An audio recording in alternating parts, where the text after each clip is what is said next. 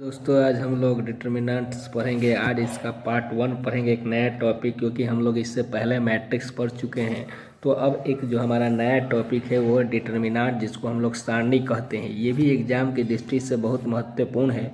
तो डिटर्मिनेंट्स को जो होता है हम लोग कैसे सूचित करते हैं, DET भी लिख देते हैं शॉर्ट में, या इसको डेल्टा बना देते हैं। तो इसको हम लोग कहते हैं, इससे सूचित करेंगे तो ये डिटर्मिनेंट कहलाएगा। तो अब डिटर्मिनेंट होता क्या है, और मैट्रिक्स अवयव जो पढ़े थे, तो अवयव के अंदर आपने देखा था कि जो भी वैल्यू होती थी इस कॉलम के अंदर सॉल्व होती थी, लेकिन सारणिक का जो चिन्ह होगा, जो रिप्रेजेंट करेंगे, वो इस प्रकार दो स्लैश से। तो ये जो आपका होगा ये सारणिक कहलाएगा, इसको सारणिक से रिप्रेजेंट करेंगे। तो जो सारणिक का मान होगा, सारणिक का मान हमेशा कॉलम के बाहर हल होगा। जबकि आपने अवयव में देखा था कि जोड़ घटाव गुणा भाग सब इस कॉलम के अंदर करते थे, जबकि सारणिक में आप हमेशा उस कॉलम के बाहर को सॉल्व करेंगे। तो इसका मतलब ये हुआ कि अवयव का हम लोग मान ज्ञात नहीं कर सकते, जबकि सारणिक का हम लोग मान ज्ञात कर सकते हैं। अब सारणिक को कैसे सॉल्व करेंगे, और अवयव को बता ही चुका हूँ कैसे सॉल्व किया जाता है। तो सारणिक को सॉल्व करने के बाद पहले 2x2 का देखेंगे। जैसे हमने कोई सवाल ले लिया, जैसे लिया ABCD, ये आपका डेल्टा है।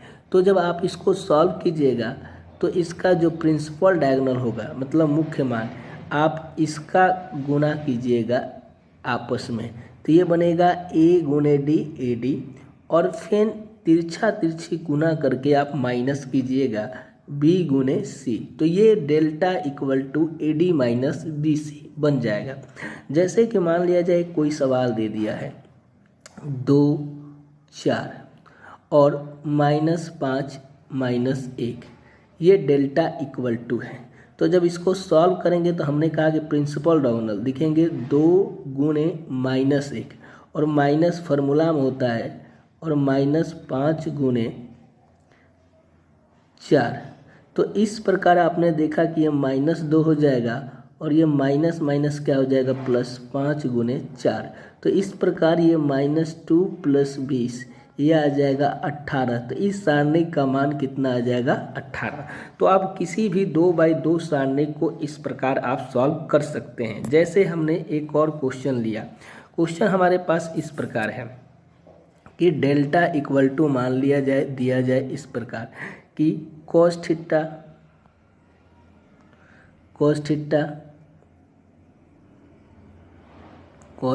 थीटा माइनस के साइन थीटा, और साइन थीटा और कॉस थीटा। तो अब इस सारणी को सॉल्व करना है, तो पहले लिखेंगे cos theta into cos theta, तिरछा तिरछी गुना, फिर माइनस फार्मूला में होता है, और माइनस लिखे साइन थीटा गुने साइन थीटा।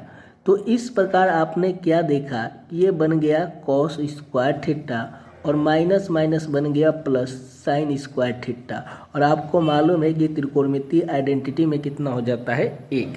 तो इस प्रकार आपने देखा कि इस प्रकार के सवालों को आप डायरेक्टली सॉल्व कर सकते हैं, ये ऑब्जेक्टिव में एग्जामों में आते हैं। तो आप अगला क्वेश्चन एक और हम लेते हैं इसी प्रकार से।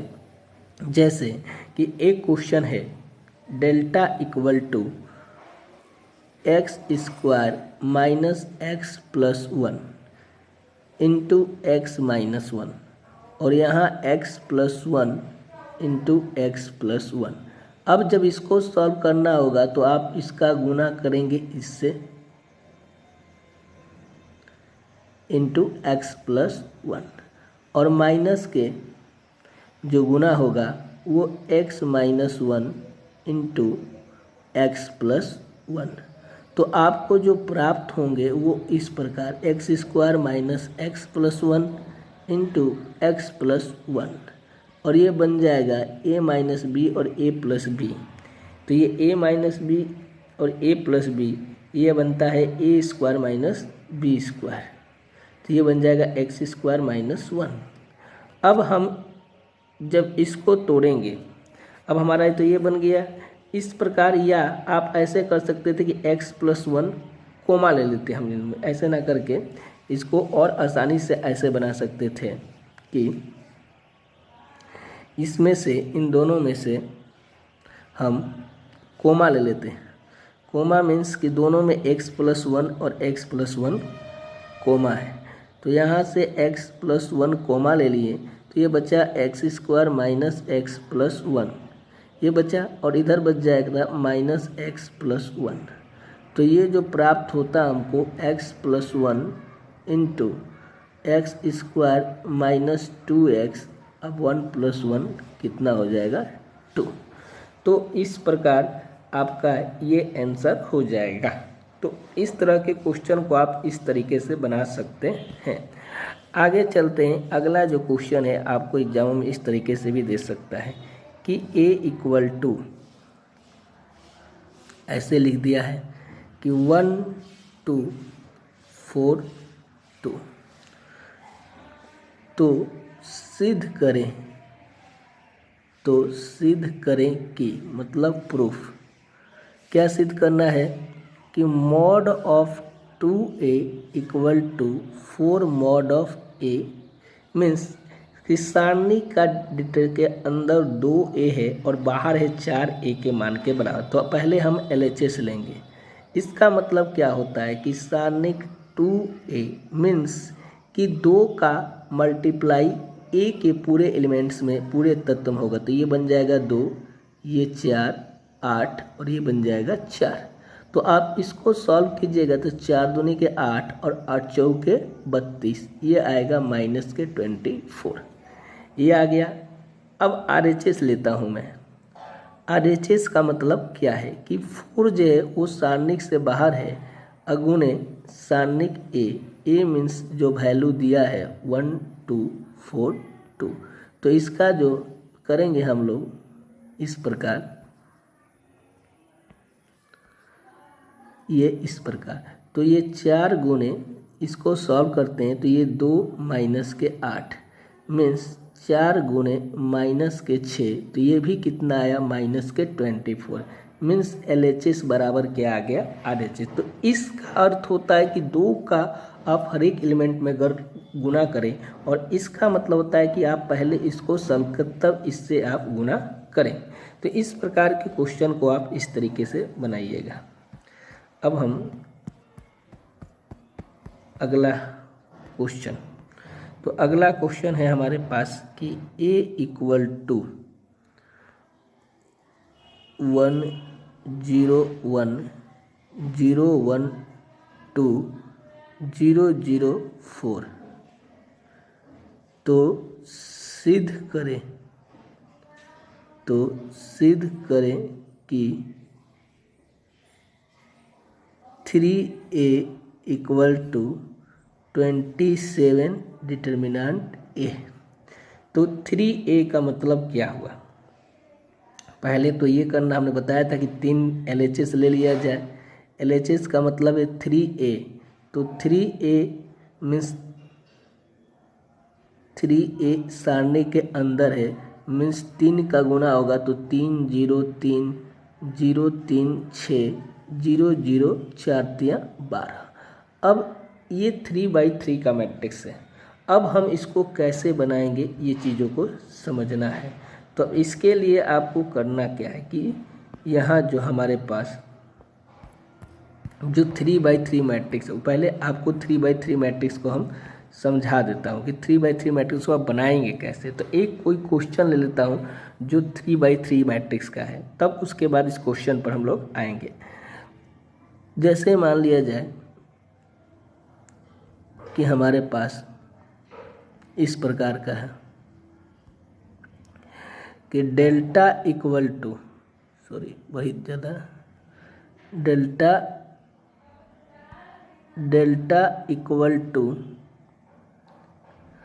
1 2 4 -1 3 0 4 1 0।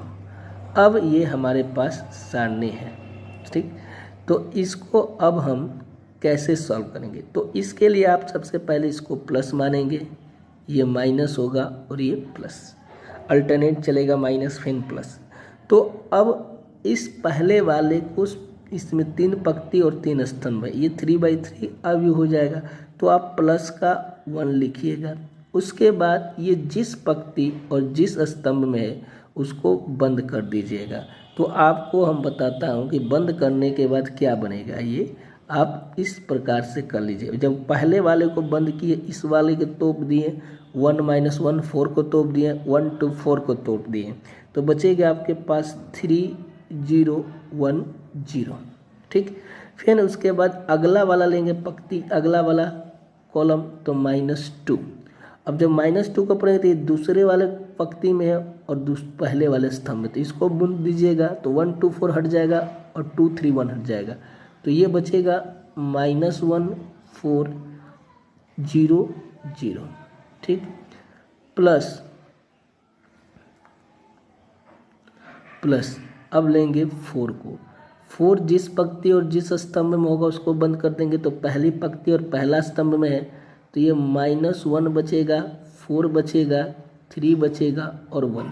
मीन्स कि जिस पंक्ति और जिस स्तंभ में हो, जिस पंक्ति और जिस स्तंभ में हो उसे बंद कर दे। तो पहला वाला पंक्ति पहला स्तंभ में, तो 3 0 1 0 बचा। फिर दूसरा वाला पंक्ति दूसरा वाला स्तंभ में है, तो -1 4 0 0 बचा। फिर तीसरा पंक्ति तीसरा स्तंभ में, तो -1 4 3 1 बचा। अब जैसे आप 2/2 का करते थे, सेम वही नियम कि यहाँ 1 है, 3 में 0 का लिखेंगे, 3 × 0 और -1 × 0। फिर -2 को लिखिएगा, तो -1 × 0 और -0 × 4।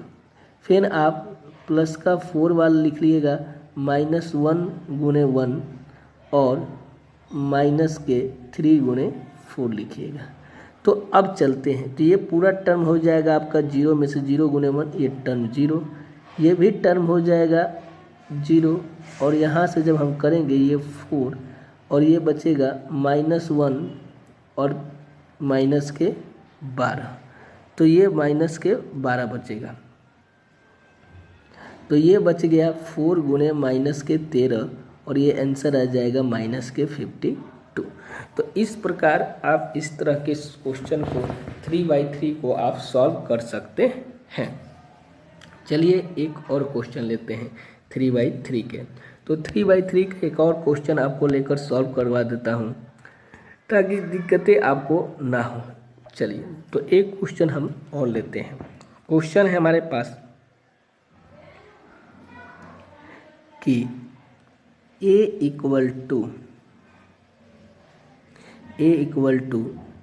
2 3 7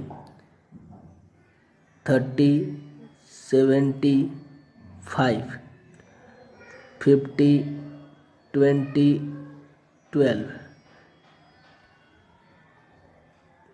12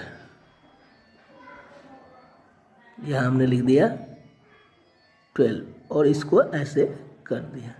तो अब क्या करना है, ये देखिए कि अब यहाँ पर फिर वही चीज़ कि यहाँ आपका जो चिन्ह होगा वो प्लस माइनस प्लस होगा।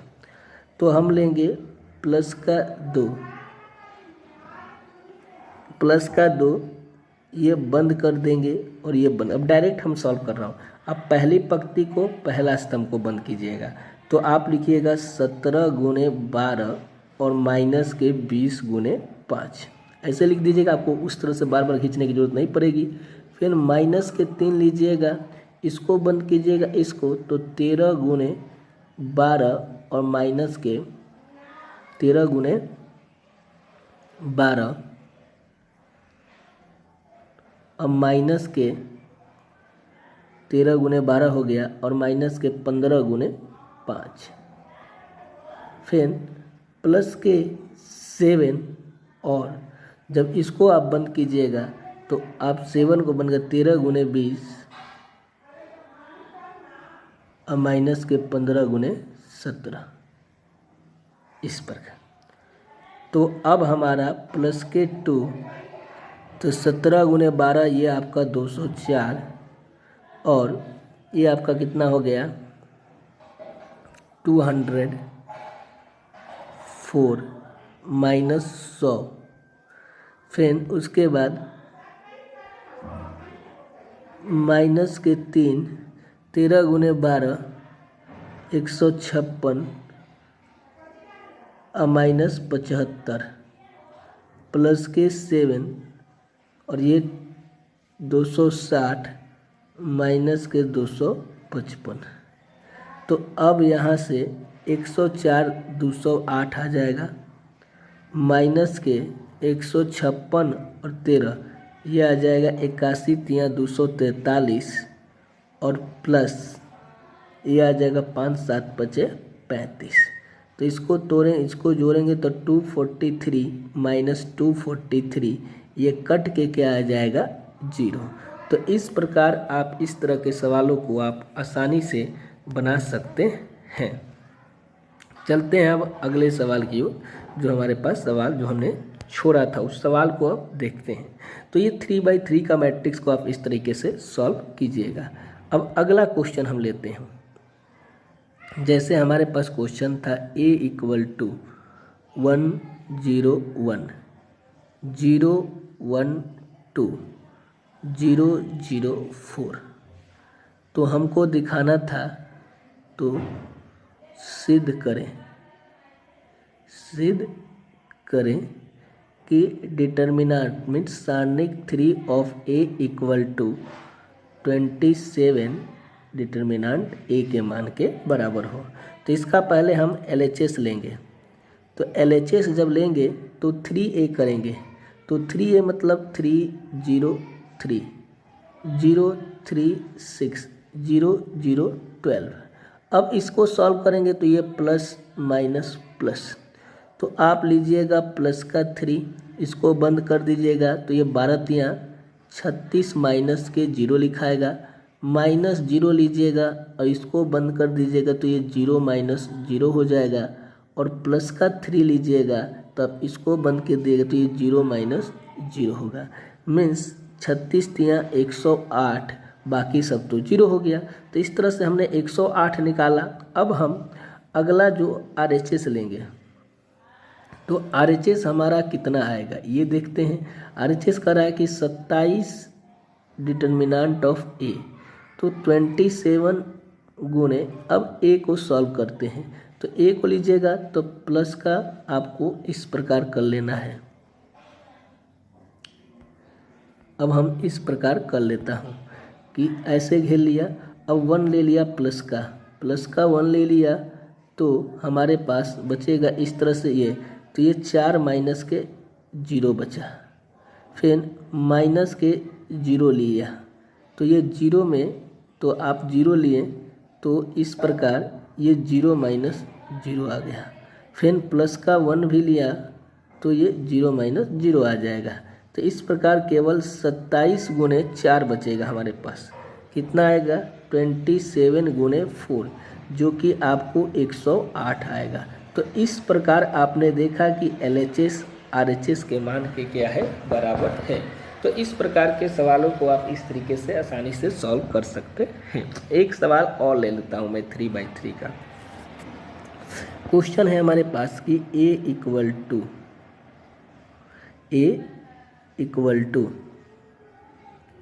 1 1 2 2 1 3 और 5 4 9। तो इसको सॉल्व करेंगे तो ये प्लस माइनस प्लस, तो डिटर्मिनेंट A = फाइंड करना है। ठीक, तो यहाँ से आप +1 लीजिएगा, बंद कीजिएगा इसको, 9 माइनस के 12 कीजिएगा।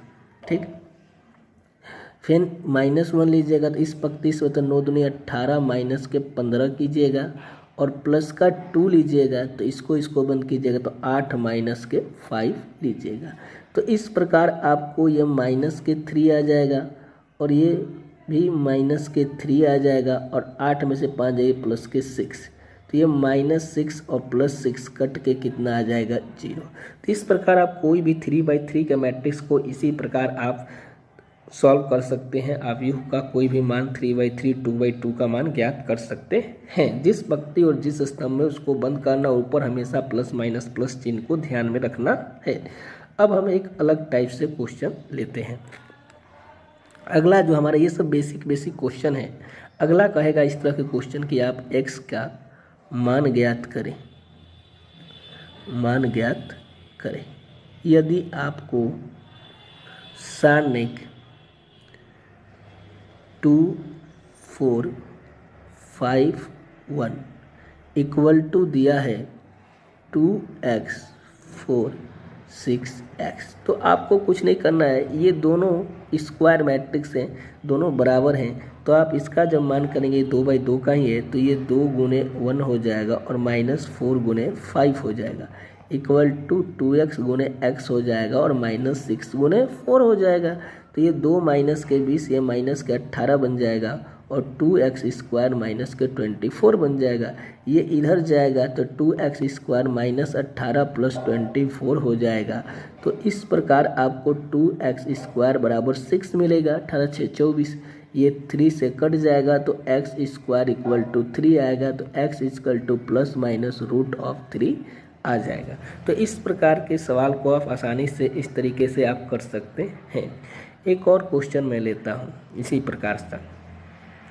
क्वेश्चन आपको ऐसे दे दिया कि x 18 2x इक्वल टू 6 2 186, तो आपको करना कुछ नहीं है, x गुने x करना है, -2 गुने 18 करना है और यहाँ से 6 गुने 6 करना है और -18 गुने 2 करना है।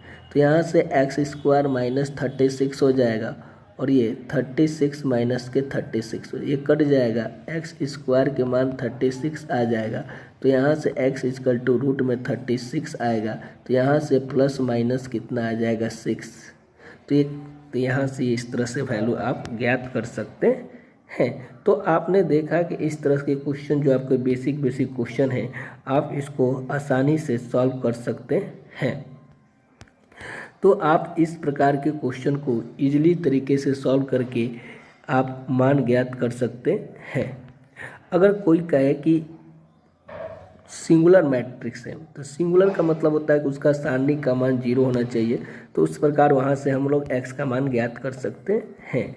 तो जैसे मान लिया जाए क्वेश्चन इस प्रकार का अगर रहे, कोई क्वेश्चन ले लेता हूँ मैं, सॉल्व करना रहे। एक और क्वेश्चन देख लेता हूँ, 3x x1 इक्वल टू है 3 2 4 1। कोई भी क्वेश्चन बन सकता है, तो आप 3 गुने 1 कर लीजिएगा, -x गुने x कर लीजिएगा, 3 गुने 1 कर लीजिएगा, -2 गुने 4 कर लीजिए। तो ये 3 माइनस एक्स स्क्वायर हो जाएगा और ये 3 माइनस के 8 हो जाएगा। तो ये 3 माइनस के 5 तो प्लस के 5 इक्वल टू एक्स स्क्वायर हो जाएगा। तो यहाँ से एक्स स्क्वायर बराबर 8 आ जाएगा, एक्स का मान रूट में 8 आएगा। इसको निकालेंगे 4 दूनी के 8 तो प्लस माइनस के 2√2 आपका आंसर आ जाएगा। तो इस प्रकार आप आसानी से किसी भी मैट्रिक्स को या सारणी को सॉल्व कर सकते हैं। तो इस प्रकार हमने एक सारणी के क्वेश्चन को आसानी से सॉल्व कर दिया। एक और क्वेश्चन ले लेता हूँ 3/3 का, ये मेरा लास्ट क्वेश्चन रहेगा और कल हम लोग प्रॉपर्टीज पढ़ेंगे सारणी का। आज केवल बेसिक सवाल देखें तो आप इस प्रकार किसी भी सवाल को बेसिक तरीके से भी सॉल्व कर सकते हैं। अगर प्रॉपर्टी आपको लगाना ना आया, सवाल में ना कहे कि प्रॉपर्टी लगाए, तो आप बेसिक तरीके से भी एक्सपेंड करके विस्तार रूप करके आप किसी को सॉल्व कर सकते हैं। तो सबसे मस्ट जरूरी है कि आपको बेसिक तोड़ने आना चाहिए सवालों को। यहाँ से ये कॉस अल्फा हो गया, माइनस के साइन बीटा हो गया और यहाँ से ये 0 हो गया। अब इस पूरे सारणी को हमको सॉल्व करना है। तो हमने कहा कि यहाँ पर आप प्लस ले लीजिएगा, माइनस और यहाँ पर प्लस। तो ये प्लस का जब 0 लीजिएगा तो कुछ भी सॉल्व कीजिएगा यहाँ से, इसको बंद के, तो ये 0 माइनस माइनस प्लस हो जाएगा, ये साइन स्क्वायर बीटा हो जाएगा। तो इसका कोई मतलब नहीं है क्योंकि ये तो खुद ऑलरेडी 0 है, इंटू साइन अल्फ़ा। अब इसको जब हम लोग लेंगे इसको बंद करेंगे, इसको बंद करेंगे तो ये 0 हो जाएगा और माइनस के sign beta into cos alpha होगा, ठीक। और यहाँ से जब आप प्लस है लेकिन माइनस का गुना कीजिएगा इसका पूर्णांक से तो माइनस कॉस अल्फ़ा हो जाएगा और इसको बंद करेंगे और इसको बंद, तो ये माइनस के sine alpha, minus minus plus हो जाएगा sine alpha into sine beta, ठीक। इसको बंद किए और इसको बंद कीजिए, तो इसको बंद किए, इसको तो ये गुना हो गया और इसके साथ करेंगे तो ये 0 हो जाएगा। तो इस प्रकार आपने क्या देखा कि ये टर्म 0 हो गया और इसके साथ ये 0 माइनस माइनस माइनस क्या हो जाएगा प्लस साइन अल्फ़ा का गुना होगा तो ये बनेगा sine alpha sine beta into cos alpha, ये तीनों बनेगा। यहाँ भी बनेगा तो ये माइनस के sine alpha sine beta into cos alpha. तो हमने देखा कि ये दोनों प्लस में और ये माइनस में, तो इस प्रकार ये पूरा टर्म कितना आ गया 0। तो इस प्रकार आप 3/3 के क्वेश्चन को सॉल्व करके आप आसानी से मान को क्या कर सकते हैं, ज्ञात कर सकते हैं।